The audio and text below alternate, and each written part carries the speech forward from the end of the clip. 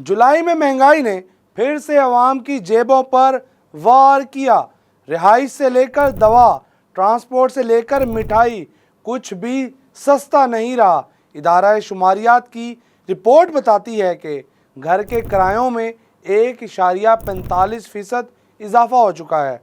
Transport के किराए 3.75% तक बढ़ चुके हैं। दवाइयाँ, टेस्ट और यहाँ तक कि डॉक्टर्स की फीस सब कुछ महंगा हो गया।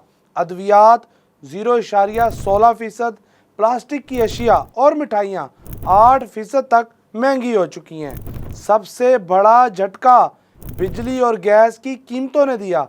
बिजली में 14.18%, जबकि गैस में 22.91% का इजाफा हुआ।